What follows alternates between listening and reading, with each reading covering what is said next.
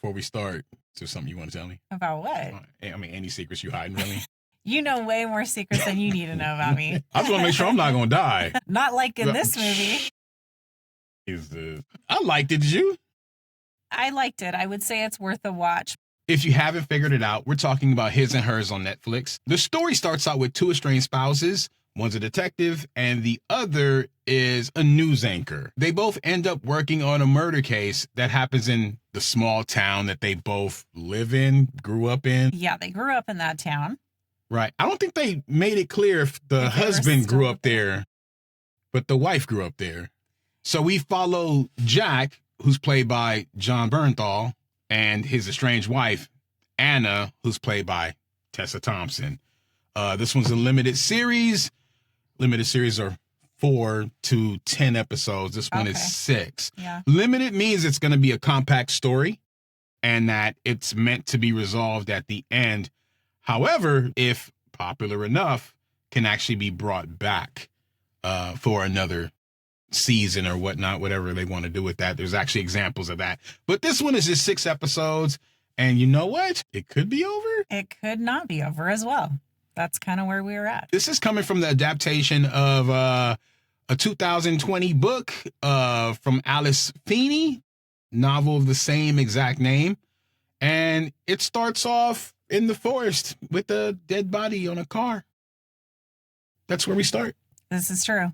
And it certainly starts like a book. It's funny because as soon as I tuned in, do you remember the first thing I said was, is this based on a novel? Yeah, you did say that. And I feel like that's because it kind of started with this narration style that was quite honestly a little bit cheesy. Anna's character was like, just kept narrating her life every other scene. I didn't pick up on that. So I caught on to that immediately. It sort of just played through the entire show more like a book. Okay. Jon Bernthal does his Jon Bernthal things.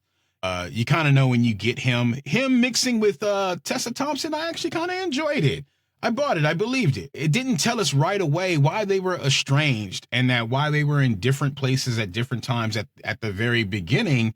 However, you kind of get a sense of what's going on. I remember kind of looking at the first couple scenes. I go, wait, this doesn't make sense. This doesn't make sense. And I don't want to give it away. That actually led to some talk as we watched it, because we watched it as a family. We were actually able to go, wait, is this the scenario? Is that the scenario? I found that actually pretty enjoyable to unpack it through the episode. Yeah, it's definitely one of those shows which is fun to watch with other people because it's interactive. It's slow enough for you to talk through it and still catch everything. And you can sit there and ping pong back and forth and be surprised together or theorize together on what's going to happen, all that fun stuff, like any other mystery thriller. Going back to the book thing, I was just thinking about the other mini-series from many, many years ago that was based on the book Little Fires Everywhere. Yes. And when I was rethinking about this show, I couldn't help but compare because Little Fires Everywhere was done exceptionally for a book turned TV show. I remember being so invested in those characters, and not only that, but there was such a like psychological pull in and draw to like understanding the dynamics of why everyone was doing what they were doing, and you're growing and you're learning with them.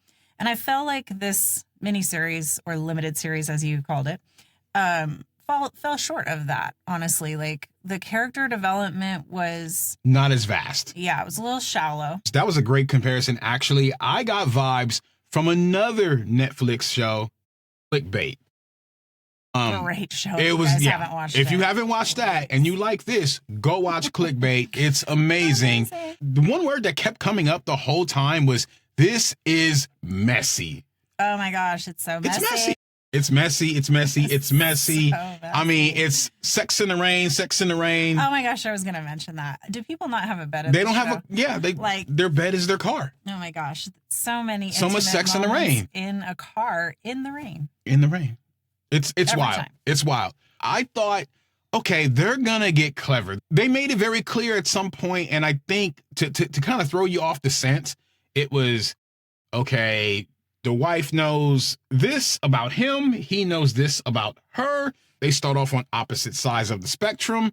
And it plays out, and then you get to a point where you go, okay, they're obviously hiding from each other and they're estranged. However, there are these dynamics that play out and these other characters that play out, and you go, okay, how does this one fit in? Oh, she knows this person. He knows that person. She knows he knows that person. And it goes on and on and on.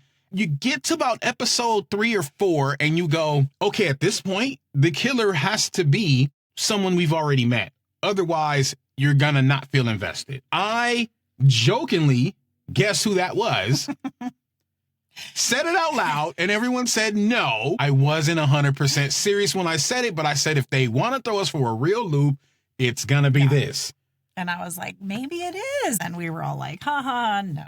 They gave us a very good twist on not who it was, but who you would think it was when it unraveled, and it wasn't 100% correct. However, when we got to the end, this is where I have my complaints on the show. They wanted too much. They got greedy with the ending. Yeah, I agree. They tried to turn a simple cake into a souffle. Souffles are good, though. Are we going out to a 5-star Michelin restaurant, or are we having Sizzlers? That's probably not a fair comparison, but that's what I said. It's somewhere in the middle. It's somewhere in the middle. It's like a Texas Roadhouse or something. Okay, like that. That's fair enough. I don't binge shows in one sitting like that. We did. It was fun. I think it's worth a watch. You know, we can get into spoilers as soon as, well, spoilers. Wait. No. I suck at this. There you go. I don't know what's wrong with my fingers today. You are now entering spoiler territory, so if you haven't seen all of his and hers, what are you doing here? Get out of here. Go finish the series and come on back. So at this point, if you haven't already, make sure to leave a like and subscribe, hit the bell for those notifications, and don't forget to check out our other videos. So much to unpack once you realize what happens at the ending. So, you know, we're talking about this murder mystery. Fun to watch because you're trying to figure out who did it. You can talk about who might have done it. Then it ends up being the grandma in this scenario. But we go through several different people at different times. So that is fun where you're like, I'm pretty sure this person did it, or I'm pretty sure that person does it. One of the last things the sister says before she gets killed, Jack's sister, she gets murdered. She says, Anna is not who you think she is. Right. And they never expand on that. Instead, they show the event of what happened to her. She ends up being the true victim in the whole scenario. I don't really know what that line was intended to mean, but I feel like maybe there was going to be a different ending here, and they had to pull back on that, and that's one of those leftover lines that they didn't pull out. This character, Anna, she keeps using this phrase, and I think she uses it 3 times in the beginning, middle, and end of the whole series, where she's fixated on talking about anger. And she says, yes, anger is only hurting the person who carries it. Basically, what I got out of this is that it's a whole slew of people dealing with trauma responses. Trauma happens different ways. Is that the message in the show? But that's where I'm going. Okay. I don't know that we ever got there. And it actually got frustrating when you get to the end and you find out who did the killing. And then I don't know if you want to spoil the very end scene on. This is a spoiler section. We spoil everything. So weird at the end. We find out the grandma did it. And then Anna's character looks like she's in glee or satisfied with this rather than being upset or weird. Talk about a meddling mother-in-law, which I don't have. Just for the record, listen, Mrs. Palacio, I love you. I don't think she'd kill for me though. Exactly my point. Exactly. I don't know. Your mom's pretty rough and tough. We get to the end, and I'm like reflecting on Anna's things about anger is only hurts the person that carries it. She talks about how we all lie to ourselves, and God bless it. I love a series that will take me through my own psychological journey throughout those 6 episodes, and then I get something out of it that's super meaningful to me and relating to the characters. And I didn't understand any of that. I was left at the end like very confused. There was no remorse. Mm-hmm. There was no repair with people's relationships. I don't know what the message I'm telling you, they didn't know what they wanted. You have Jack, whose sister died. He grieves her for 2 seconds with her blood on his shirt, goes to save his wife. All this craziness is going on, and he just moves on. He's like, oh, I'm sorry to my wife. Can I have her back? I'm sorry that we lost our kid. I think we needed to spend time unpacking that. Then at the very end, they go, never mind. The grandma did it. Tessa Thompson's character, Anna, is reading a letter the mom left on her dresser while she's outside. And you go, and she's outside with the family, with the husband and the daughter and the now stepdaughter, which was the sister's actual child. She's reading it, and this is the part that gets eerie, and I think this was done really well. It's in Tessa Thompson's voice, and the voices switch. It's demonic almost, but it's the grandma. Have you ever seen Batman when Alfred looks at Batman when he's sitting with Catwoman and he gives him the nod like, yep, I know you died in that movie and you told everybody you died. I know you're really alive. I see you from a distance. Head nod. Y'all black folks, y'all know what I'm talking about. Head nod. And mom and Anna do that. What? And they smile at each other. The end. There, I did it. Good job. Also, hi. So serial killers or psychopathy, I don't know how that just developed overnight with the grandma. That seemed pretty over-exaggerated. I get that they were trying to say she'd experienced her own trauma that propelled her. The daughter disappeared for a year after her granddaughter died in her care. So that was her trauma. And then she went through her daughter's tapes that she had. Her daughter always kept a tape of her own assault video, and she watched that. Kind of confusing why she would keep that.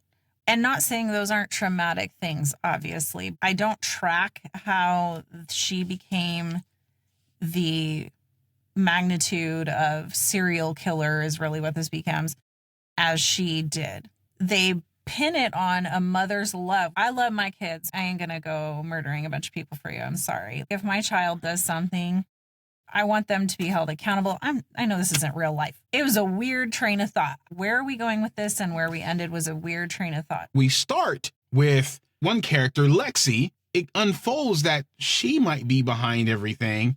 Well, how is she implicated? Because we just know her as the news person that wants what Anna has. She's probably a bit jealous, over the top. She was the fat girl that got bullied in school the whole time. And that got juicy. Oh, okay. So she got skinny, ran some marathons, and then decided to go get a job where Anna was working and one up her there, one up her with men. And now she's killing the friend group that bullied her the whole time. Did her wrong. And did her wrongs.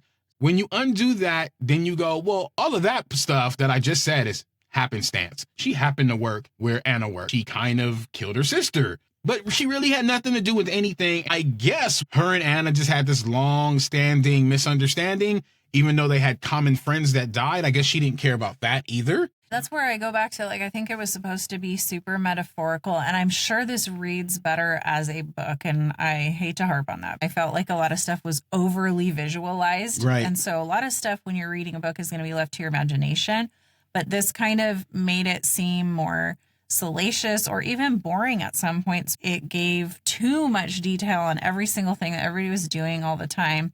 It didn't give you that slow burn. You wanted them to go deeper with the characters.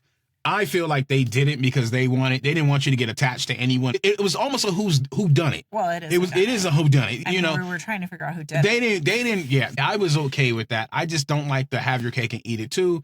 And everything else is happenstance. Like it kind of killed the verisimilitude of it. Jarred me out of like, okay, this is a thing, because all of a sudden Granny is the most devious, maniacal person on earth, super villain ever. I mean, they had a part where she was staring at the TV. It was dark, and they played the horror music, and I said that eye started twitching. And she lost her shit. This is scarier than any poltergeist movie I've ever seen. They show her running through the forest naked, killing people.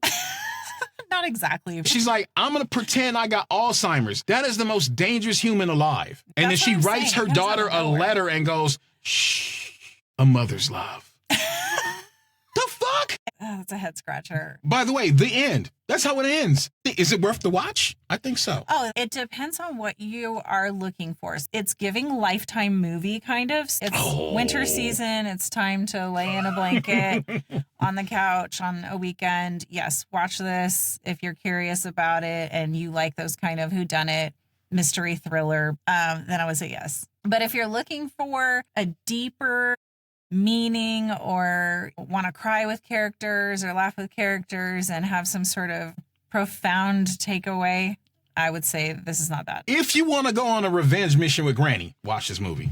That's where I'm at. Yeah. And then watch Clickbait. Yeah, I would highly recommend actually watching Clickbait, Little Fires Everywhere. It's definitely watchable. It's definitely entertaining. I think it's a Fun great to talk watch. about. Yeah. Let us know what you think in the comment section. Thanks for tuning into the review. If you like the content, make sure to leave a like and subscribe. Hit the bell for those notifications. And don't forget to check out our other videos.